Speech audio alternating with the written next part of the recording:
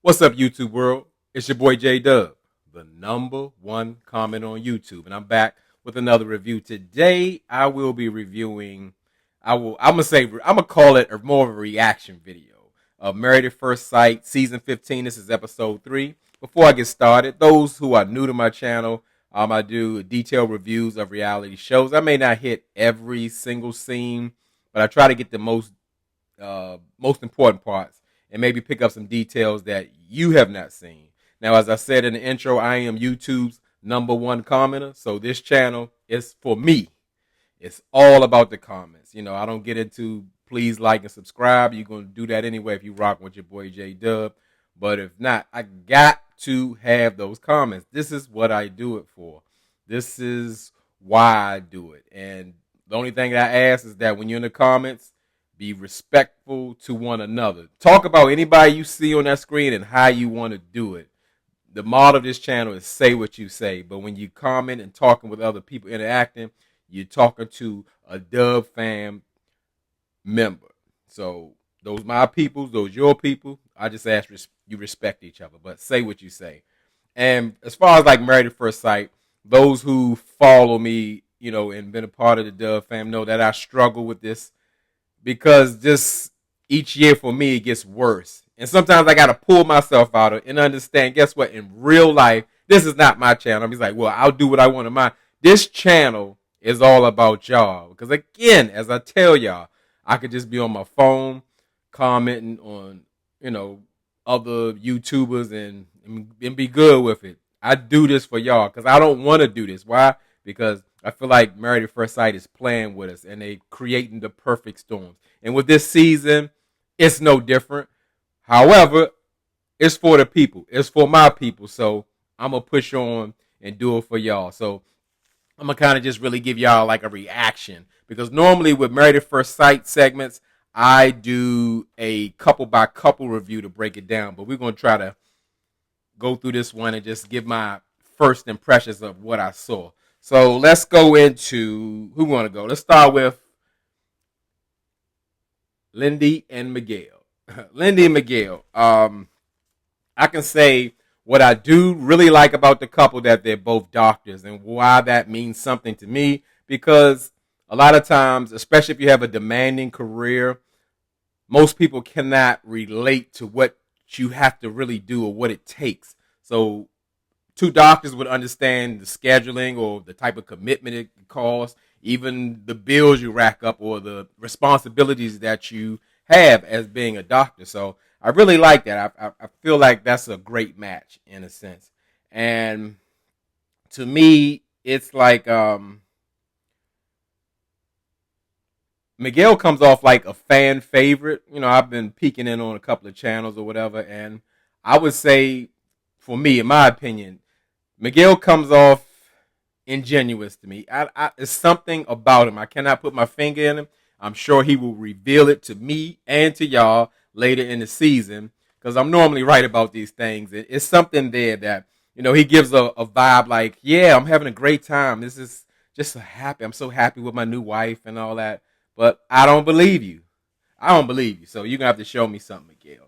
But what I really like about Miguel is that he doesn't come off like irritated or frustrated with Lindy. Was Lindy, they always have one of those cast members who has a first of everything, because Lindy came from a very sheltered religious family. So everything is a first for her. Like, oh, I never ate cereal before.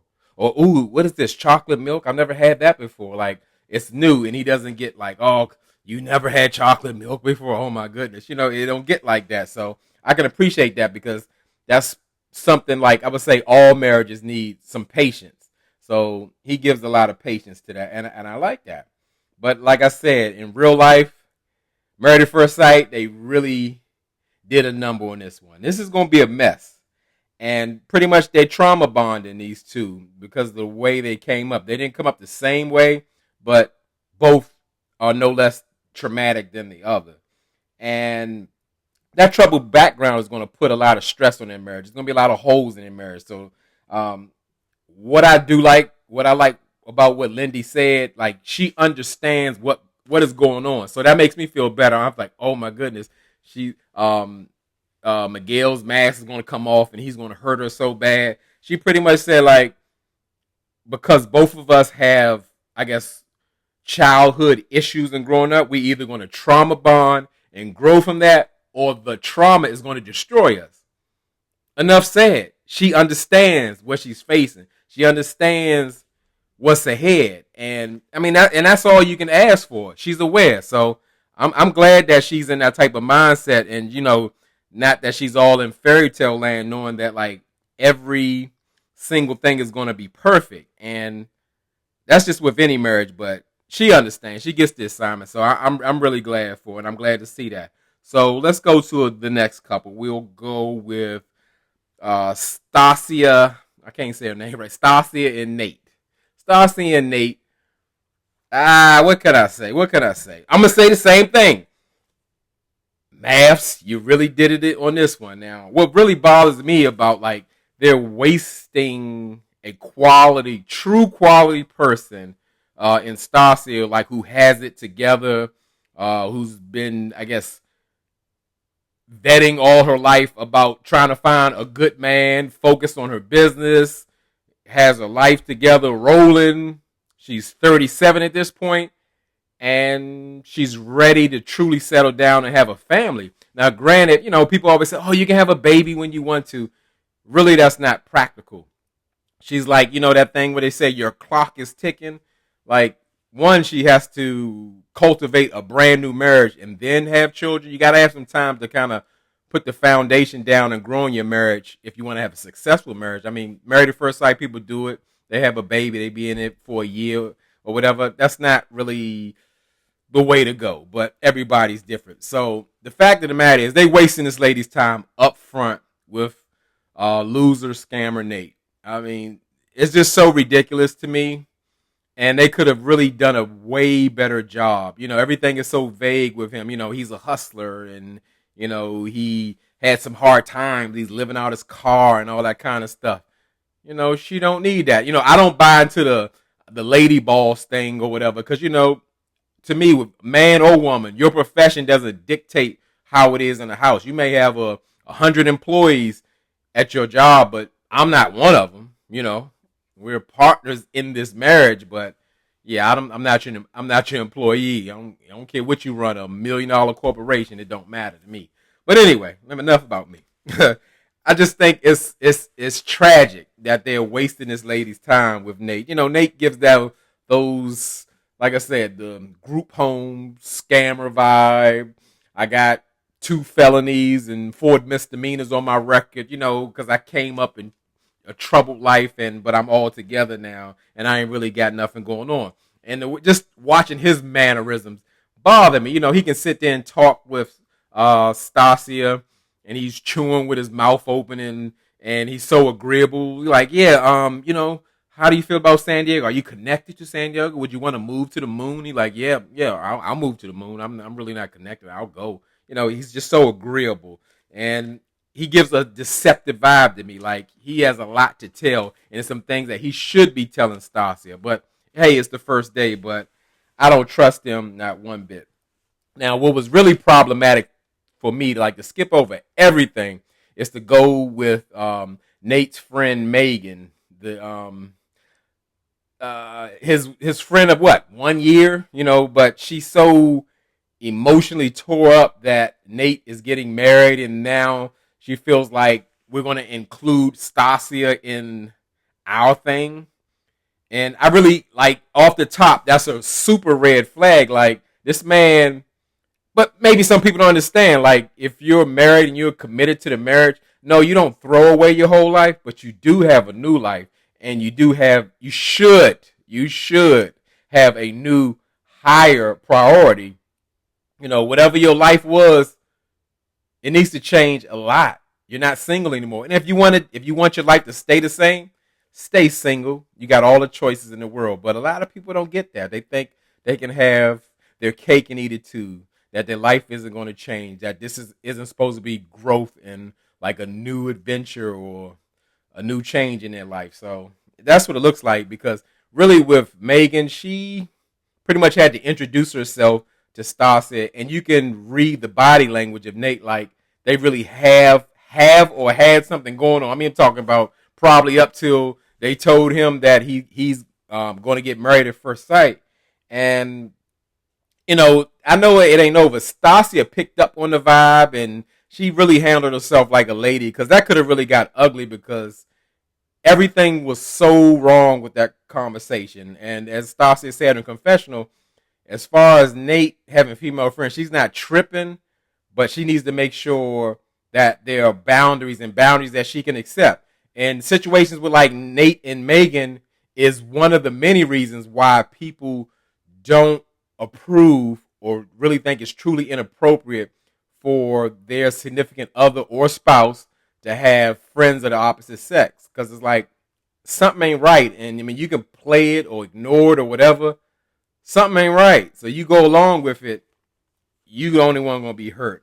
And yeah, when like the girl pretty much almost broke down crying, I'm like, they messing with each other. I mean, like currently, recently, this lady has known this man as a total stranger for 1 year, and now all of a sudden she's family, and now she's considering including Stasia in their family. Like, come on now. I mean, she got it twisted, and Nate just like, yeah, he going with it. So I just don't see why Stasia is so invested, and it's almost coming off like she has to have a husband. Talking about Nate is the perfect guy or perfect for her. I'm like, where? I mean, where? You don't even know enough about him. I mean, I didn't hear where he works or what he do or, how he feels about life. They haven't had time. They've been at a party, a wedding. But she can see herself fall in love. I don't see it. I don't see it at all. But I just hope Stasia isn't like doing this out of desperation because she knows her clock is ticking. And that's never going to turn out good, because when you do things in desperation, terrible things actually happen. So who would go to next? Which one? I'll say let's go with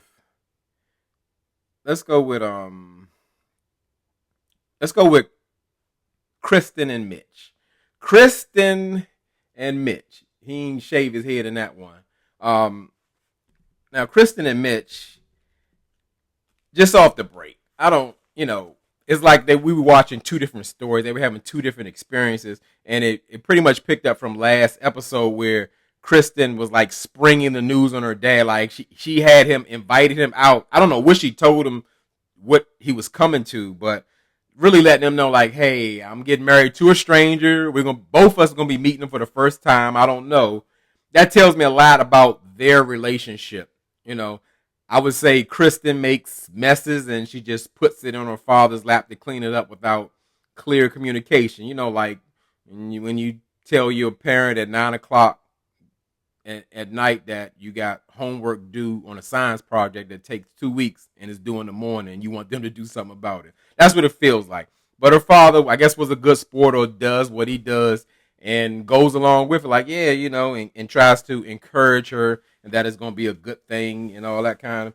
And as far as like first kind of looking at Mitch, I call him the groomzilla. He's having a meltdown because he can't get his bow tie, and he says that I got to show the camera how bitchy I am and all that kind of stuff, because that's exactly how he was acting.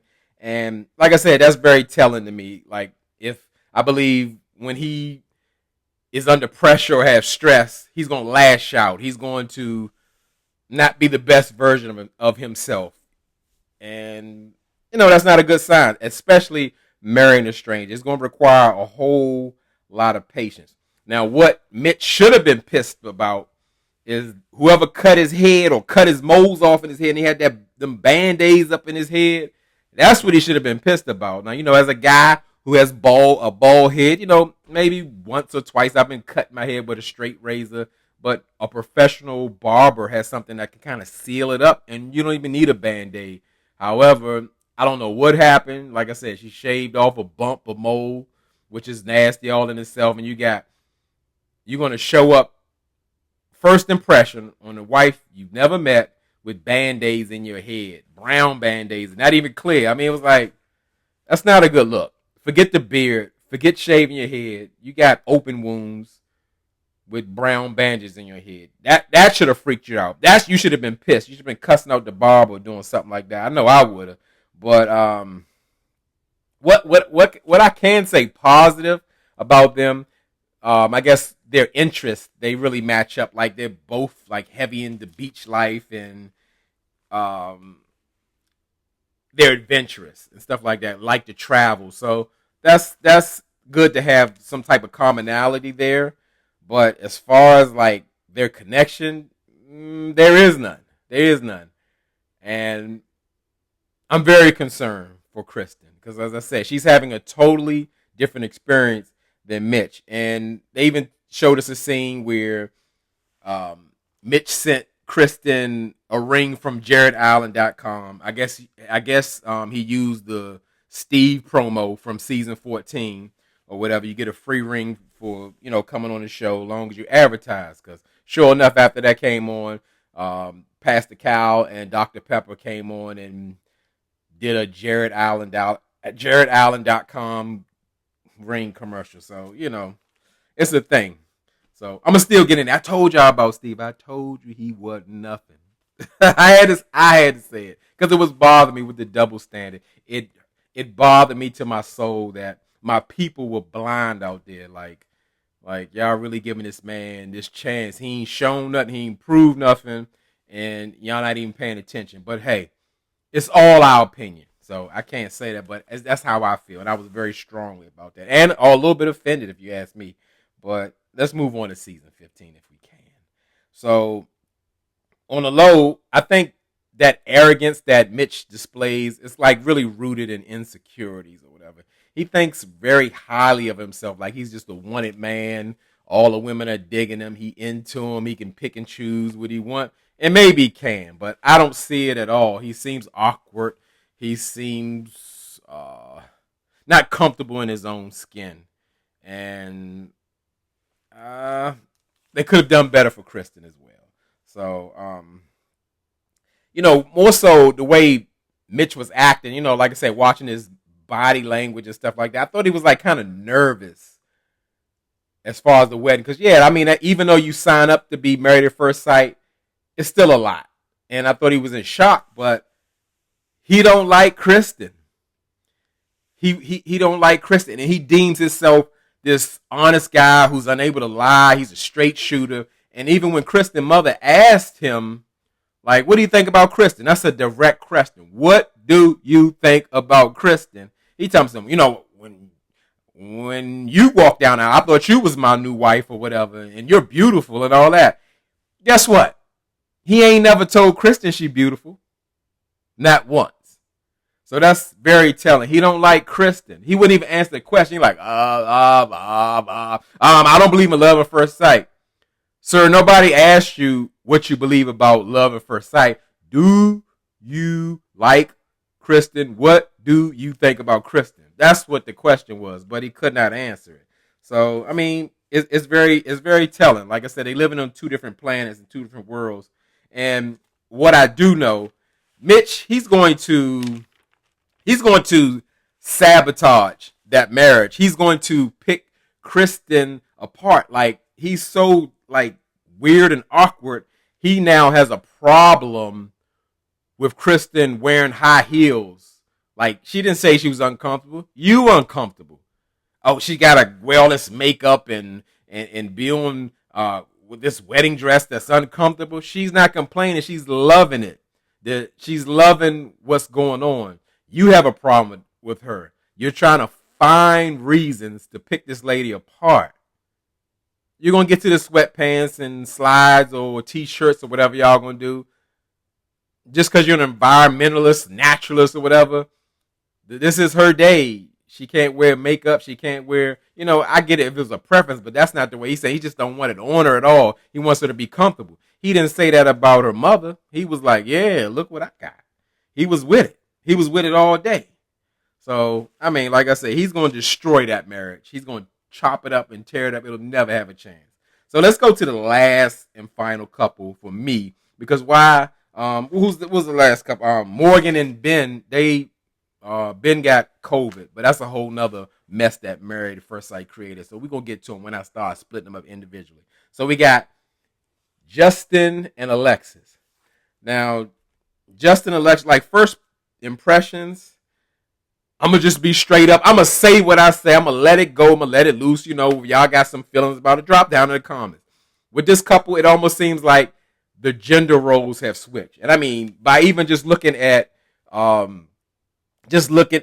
Justin, it almost looks like he's a woman pretending to be a man. The way he looks, his mannerism, he got to lick his lip all the time, and it's like he's playing a man. He's playing. He's not like he's really one. It's like it's kind of weird. And I would say with Alexis, she's a very forward woman, and Justin is extremely passive. Not that all men are forward or assertive or aggressive or none of that. Neither a man or woman, but like I said, it's some traits that you see in her and him. Like, why don't y'all switch or something? Like, switch seats. And, nothing he does to me seems real. It's like a go along. It's like a play along, like he's in a play or something. And he's absolutely going to fail. And I really did like when her sister spoke up, was saying like, pretty much, we need you to love our sister, but you need to be firm with her. We need you to care for her, but you need to guide her. Ain't none of that in Justin, even if you bought it, paid for it, and gave it to him. He not built like that. He need Alexis to do that for him, for real, in real life. How he's so codependent on his big brother and looking for his approval. Nah, this ain't it. So, but before I go on, can I say that Alexis, in her confessional, she was so fried and toasted. She must have drank all the free liquor she could. She was stumbling and slurring her words, and eyes was low. I thought she was going to go to sleep on the camera. She was toasted. I don't even know how she made it through the night or made it to the hotel. And something I got to mention. When they did that garter dance with Justin, something that I can't unsee it. I need to unsee it. That was like a cringy, super duper awkward situation that I wish I could have erased from my mind. But again, it's so unbelievable. He's so playing the part. That man he's not interested. He don't want her. I don't know what he want. He want to be celibate. That's what I'm saying. So when the nighttime come, Justin ain't looking like how he was on the dance floor. He looking pretty nervous, looking pretty awkward, and that's just how he looks. So, cause like he's playing a role. He don't want this woman. Like, he talking like, yeah, he's so. He got in descriptive. I'm so hard right now and all that kind of stuff. Like, Justin, we know. Give it up. You just want to talk, and it's okay. Get to know your wife and see if y'all a good match. But you're a phony. Justin, you are a phony. So, listen, that was it. That's all I got to give on that one. Again, I do it for y'all. I was going to just skip right past this season. But a lot of Dub fan members just say, like, hey, what you going to do, man? You gonna review this thing? So, this is a start out. I'm trying to come out the best way I can. Give you a reaction video. And we're going to go from there. Then I'll go back to my regular format, breaking down each couple with their own video and segments, because you can watch what you want to watch, and I get to go a little more thorough with each couple. So drop down in the comments. Tell me what you thought, what I missed, something you want to add, something you need to say. You want to say hello, do that.